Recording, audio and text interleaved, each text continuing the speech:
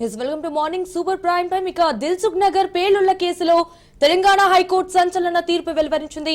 నిందితులకు ఉరి శిక్ష విధించింది. అయితే 5 నిందితులకు ఉరి శిక్ష ఖరారు చేస్తూ హైకోర్టు తీర్పు వెలువరించింది. ఇటు 2016లోనే ఎన్ఐఏ కోర్టు నిందితులకు ఉరి శిక్ష ఖరారు చేయగా హైకోర్టులో అప్పీల్ చేశారు. సో ఇవాళ విచారణ చేపట్టిన న్యాయస్థానం కింది కోర్టు తీర్పును సమర్థించింది.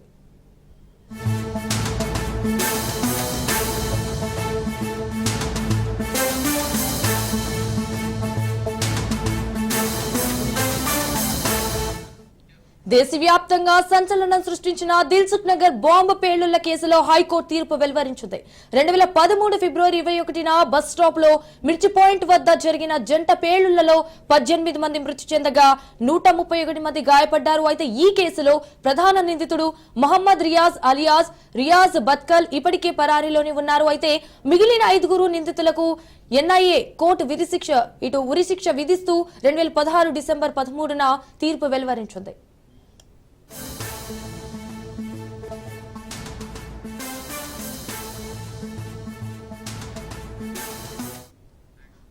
ఇక ఉరి శిక్ష పడిన నిందితుల్లో అసదుల్లా అఖ్తర్ అలియాస్ హద్దీ, జియావుర్ రెహమాన్ అలియాస్, ఇటు Waqas alias Nabeel Ahmed, Mohammed Tahseen Akhtar alias Hassan alias Monu, Yasin Bhatkal alias Shahrukh, Ajaz Sheikh alias Samar, Arman Tunde alias Sagar alias Aijaz Syed Sheikh ఉన్నారు. అనంతరం ఉరి శిక్ష ధృవీకరణ నిమిత్తం ఎన్ఐఏ కోర్టు తీర్పును హైకోర్టుకు నివేదించింది. సో దీంతో పాటు 5 నిందితులు కింది కోర్టు తీర్పును రద్దు చేయాలని కూడా కోరుతూ అప్పీళ్లు దాఖలు చేశారు. వీటిపై జస్టిస్ కె లక్ష్మణ్, జస్టిస్ శ్రీనుధలతో కూడిన ధర్మాసనం సుమారు 45 రోజుల పాటు సుదీర్ఘ విచారణ జరిపి తీర్పు వాయిదా వేసింది. నిందితుల అప్పీళ్లు కింది కోర్టు తీర్పు ధృవీకరణపై అయితే ధర్మాసనం సంచలన తీర్పు వెలువరించింది. నిందితులందరికీ ఉరి శిక్ష సరి అంటూ న్యాయస్థానం శిక్షను ఖరారు చేసింది.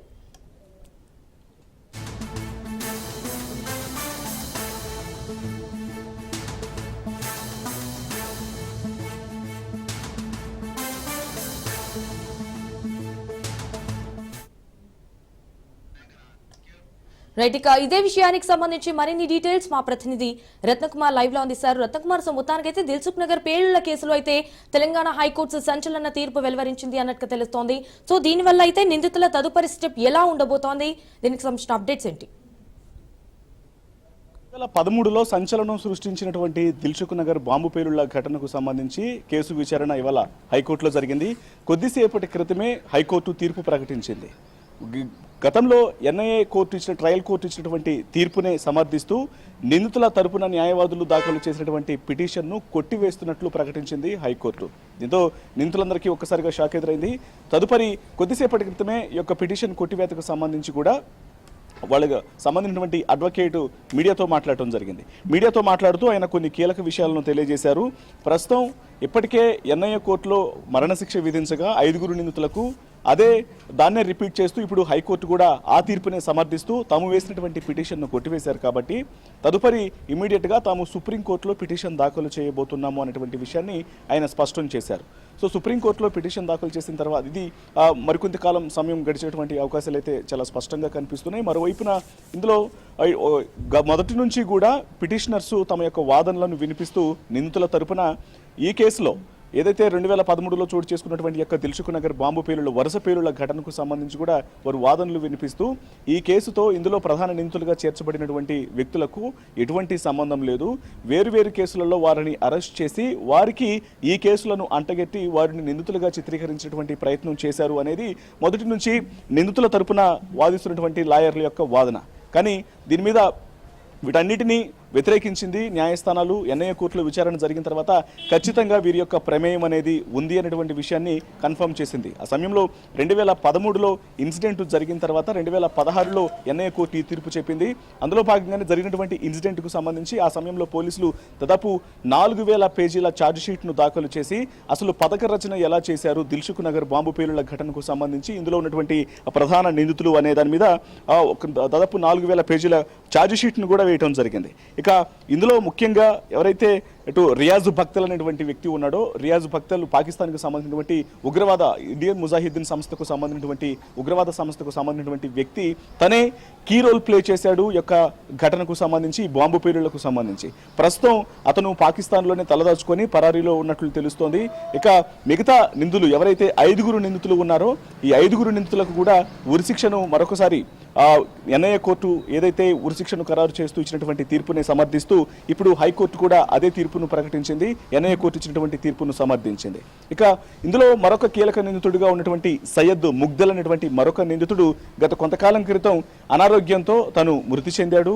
ఇక ఇప్పుడు మిగతా 5గురిలో కేవలం యాసిన్ భక్తలు మాత్రమే చర్లపల్లి జైలులో నిందితుడిగా ఉన్నాడు, అక్కడే ఖైదీగా కొనసాగుతూ ఉన్నాడు.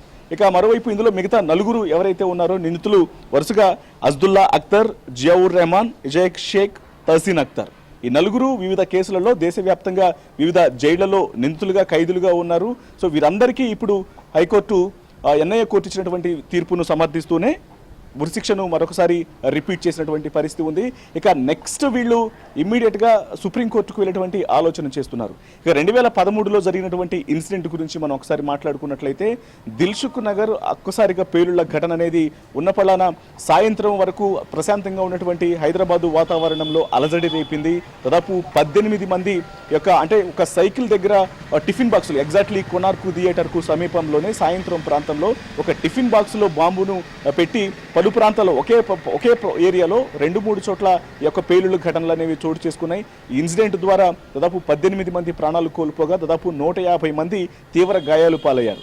ఇక ఈ ఘటనలో గాయపడినటువంటి వ్యక్తులు ఇప్పటికీ అంగవైకల్యంతో బాధపడుతూ అనేక రకాల ఇబ్బందులు ఎదుర్కొంటున్నటువంటి పరిస్థితి ఉంది. సో వీటన్నిటికి సంబంధించి అప్పటి నుంచి కేసు నమోదు చేసినటువంటి పోలీసులు దీని మీద పూర్తిగా దర్యాప్తు చేయడం జరిగింది. దీనంతటికీ కారణం ఇండియన్ ముజాహిద్దీన్ సంస్థకు సంబంధించినటువంటి వ్యక్తులైనటువంటి విషయాన్ని కన్ఫర్మ్ చేసిన తర్వాత ఎక్కడెక్కడైతే వీళ్ళు పూర్తిగా ఇందులో ఇన్వెస్టిగేషన్ను ఎన్ఐఏ ప్రారంభించింది. నేషనల్ ఇన్వెస్టిగేషన్ ఏజెన్సీ అయినటువంటి ఎన్ఐఏ ఇన్వెస్టిగేషన్ ప్రారంభించిన తర్వాత వీరు కేవలం హైదరాబాదు బాంబు పేలుళ్ల ఘటనకు సంబంధించి మాత్రమే పథకరచన చేయలేదు. దేశవ్యాప్తంగా జరిగినటువంటి అనేక బాంబు పేలుళ్ల ఘటనలో వీరి యొక్క ప్రమేయం ఉంది. వీళ్ళందరూ కూడా అనేక సంవత్సరాల నుంచి కూడా ఇలా బాంబు వరుసగా ఇటు ఉగ్రవాద సంస్థలతో సత్సంబంధాలను కలిగి ఉండి ఈ రకమైనటువంటి ఉగ్రవాద కార్యకలాపాలకు పాల్పడుతున్నారన్నటువంటి విషయాన్ని కన్ఫర్మ్ చేసిన తర్వాత వరుసగా ఇందులో ప్రధాన పాత్ర పోషించినటువంటి నిందితులందరినీ పట్టుకొని అరెస్ట్ చేయడం జరిగింది. ఇక అప్పటి నుంచి ఎవరైతే ఈ యొక్క ఇందులో కీలక పాత్ర పోషించినటువంటి వ్యక్తి ఎవరైతే ఉన్నారో రియాజ్ భక్తల్, దీనంతటికి కూడా కార్యరూపం దాల్చినటువంటి వ్యక్తి, ఒక మాస్టర్ ప్లాన్ రచించినటువంటి వ్యక్తి రియాజ్ భక్తలు, వీళ్ళందరినీ డైరెక్ట్ చేసినటువంటి వ్యక్తి అతనే. కానీ ఎప్పుడు ఇన్సిడెంట్ జరిగిన తర్వాత అతను పరారీ అయ్యాడు. ప్రస్తుతం అతను పాకిస్తాన్లో తలదాచుకున్నట్లు తెలుస్తోంది. మరి ఇక ముఖ్యంగా ఇప్పుడు మిగతా 5గురికి ఇటు ఒకవైపున సుప్రీంకోర్టు హైకోర్టులో ఉరిశిక్షణ విధించడం జరిగింది కాబట్టి వీళ్ళందరూ ఇప్పుడు నెక్స్ట్ సుప్రీంకోర్టుకు వెళ్ళేటువంటి ఆలోచన చేస్తున్నారు. కొద్దిసేపటి క్రితమే వాళ్ళ యొక్క తరపున న్యాయవాది కూడా ఈ విషయాన్ని కన్ఫర్మ్ చేయడం జరిగింది. మరి సుప్రీంకోర్టులో ఎటువంటి తీర్పు రాబోతుంది అనేటువంటి విషయాన్ని అటుంచినట్లయితే ఇప్పుడు మాత్రం ఎన్ఐఏ కోర్టులో వచ్చినటువంటి తీర్పును మాత్రం సమర్థిస్తూ హైకోర్టు ఆ తీర్పును సమర్థించి వాళ్ళు వేసినటువంటి ఆ పిటిషన్లో వీరికి ఆ కేసుతో ఆ ఇన్సిడెంట్తో ఎటువంటి సంబంధం లేదు అనేటువంటి వాదనలు ఏవైతే ఎన్ఐఏ కోర్టులో చేశారో అవే వాదనలు వాటన్నిటికి సంబంధించినటువంటి ఎవిడెన్స్ ని కూడా హైకోర్టు దగ్గర చూపించేటువంటి ప్రయత్నం చేసినప్పటికీ కూడా ఎన్ఐఏ తరపున న్యాయవాదులు మొదటి నుంచి కూడా వీరి యొక్క పాత్రకు సంబంధించి దాదాపు 4000 పేజీల ఛార్జ్ షీటు, వీళ్ళు ఏ రకంగా మాస్టర్ ప్లాన్ చేశారు, ఏ రకంగా టీం మొత్తాన్ని కూడా ఏర్పాటు చేశారు, హైదరాబాద్లోని పలు ప్రాంతాల్లో రెక్కీ నిర్వహించి దిల్సుఖ్ నగర్ ను టార్గెట్ గా చేసుకొని అక్కడ బాంబు పేలుళ్లు నిర్వహించారనే దాని మీద పూర్తి ఎవిడెన్స్ చూపించిన తర్వాత హైకోర్టు ఇప్పుడు ఎన్ఐఏ కోర్టు ఇచ్చినటువంటి తీర్పును సమర్థిస్తూ వీరికి ఉరిశిక్షను ఖరారు చేసింది. సంజన. ఎస్ రత్నకుమార్, అటు నిందితుల తరపు లాయర్లు అంటే ఎలాంటి వాదనలు వినిపించారు?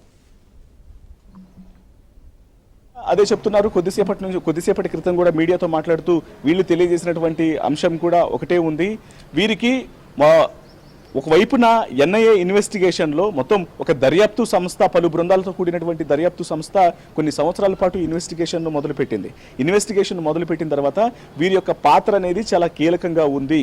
వీరే దీని మొత్తానికి కార్యరూపం నిర్వహించినటువంటి వ్యక్తులందరూ కూడా ఈ 5గురికి చాలా పక్కాగా ప్రమేయం ఉంది, వీరే యొక్క ఇన్సిడెంట్ బాంబు పేలుళ్లకు కారకులు, ఇందులో కొంతమందికి ప్రత్యక్ష ప్రమేయం ఉంది, మరికొంతమందికి పరోక్ష ప్రమేయం ఉంది. సో ఈ విషయం మొత్తానికి సంబంధించినటువంటి పూర్తి ఎవిడెన్స్ను అలాగే ఛార్జ్ షీట్ల ద్వారా కావచ్చు లేకపోతే ఇన్వెస్టిగేషన్లో పూర్తిగా అన్ని ఎవిడెన్స్ను కలెక్ట్ చేసి కోర్టులకు సమర్పించడం జరిగింది. కోర్టుకు సమర్పించిన తర్వాత ఎన్ఐఏ కోర్టు వారికి అందరికీ ఉరిశిక్షను విధించింది. ఎందుకంటే 18 మంది చనిపోయారు, 150 మంది తీవ్ర గాయాల పాలై ఇప్పటికీ అంగవైకల్యంతో బాధపడుతున్నటువంటి పరిస్థితులు ఉన్నాయి కాబట్టి సో వీళ్ళందరికీ ఉరిశిక్ష విధిస్తూ ఎన్ఐఏ కోర్టు తీర్పు చెప్పింది. ఎన్ఐఏ కోర్టు తీర్పు చెప్పిన తర్వాత అదే సందర్భంలోనే నిందితుల తరపున న్యాయవాదులు తమ యొక్క వాదనలు కూడా వినిపిస్తూ ఇందులో ఎవరెవరినైతే నిందితులుగా చేర్చారో యొక్క 5 వ్యక్తులకు ఎటువంటి సంబంధము ఆ ఇన్సిడెంట్తో లేదు, వీరి మీద వేరే కేసులను బనాయించి వాటిల్లో అరెస్టు చేసి ఆ కేసులను తీసుకొచ్చి ఇప్పుడు దిల్సుఖ్ నగర్ బాంబు పేలుళ్ల ఘటనతో ముడిపెట్టి వీరిని నిందితులుగా చిత్రీకరించే ప్రయత్నం చేస్తున్నారు అనేది ఆ ఎన్ఐఏ కోర్టులో వాదనలు జరిగినప్పుడే నిందితుల తరపున న్యాయవాదులు వినిపించినటువంటి వాదనలు. కానీ పూర్తిగా ఎవిడెన్స్ మొత్తాన్ని చూసిన తర్వాత ఇరు వాదనలు విన్న అనంతరం ఎన్ఐఏ కోర్టు వీరిని నిందితులుగా భావించి వీరికి ఉరిశిక్షను ఖరారు చేసింది. ఇక ఎప్పుడైతే ఉరిశిక్షను ఖరారు చేయడం జరిగిందో అప్పటి నుంచి నిందితుల తరపున న్యాయవాదులు తదుపరి కోర్టును ఆశ్రయించే ప్రయత్నంలో భాగంగానే హైకోర్టును ఆశ్రయించి హైకోర్టులో అప్పీల్ పిటిషన్ దాఖలు చేశారు వీరు నిందితులు కాదు అనే దాన్ని ప్రూవ్ చేయడం కోసం. దాదాపు 45 రోజుల పాటు యొక్క విచారణలు అనేవి కొనసాగాయి. 45 రోజుల అనంతరం ఇప్పుడు మరొకసారి వారు నిందితులు కాదు, వీరి యొక్క ప్రమేయం లేదనేటువంటి ప్రయత్నాలను కోర్టును నమ్మించినటువంటి ప్రయత్నం చేసినప్పటికీ తమ యొక్క వాదనల ద్వారా కోర్టు ఏమాత్రం ఏకీభవించలేదు. వీరు ఖచ్చితంగా ఇన్సిడెంట్ కు పాల్పడినటువంటి నిందితులే, కింది స్థాయి కోర్టు ఎన్ఐఏ కోర్టు ఏదైతే తీర్పు ఇచ్చిందో అది మాత్రమే కరెక్ట్ అంటూ ఆ తీర్పును సమర్థిస్తూ ఇప్పుడు మరొకసారి ఆ ఉరిశిక్షను సమర్థిస్తూ తీర్పును చెప్పడం జరిగింది. ఇక ఇప్పుడు వారి యొక్క లాయర్లు ఎవరైతే ఉన్నారో నిందితుల తరపున లాయర్లు కొద్దిసేపటి క్రితమే మీడియాతో కూడా మాట్లాడుతూ వాళ్ళు తెలియజేసినటువంటి అంశం, ఒకవేళ ఇప్పుడు కింది స్థాయి కోర్టు ఎన్ఐఏ కోర్టు ఇచ్చినటువంటి తీర్పుని హైకోర్టు సమర్థించింది కాబట్టి తదుపరి ఇమీడియట్ గా తాము సుప్రీంకోర్టుకు వెళ్ళబోతున్నాము, సుప్రీంకోర్టులో ఫైట్ చేస్తామన్నటువంటి వాదనలకు సంబంధించినటువంటి పూర్తి విషయాన్ని కూడా కొద్దిసేపటి క్రితమే నిందితుల తరపున న్యాయవాదులు తెలియజేసినటువంటి పరిస్థితి ఉంది. Writer Ratna Kumar, thank you for the live updates.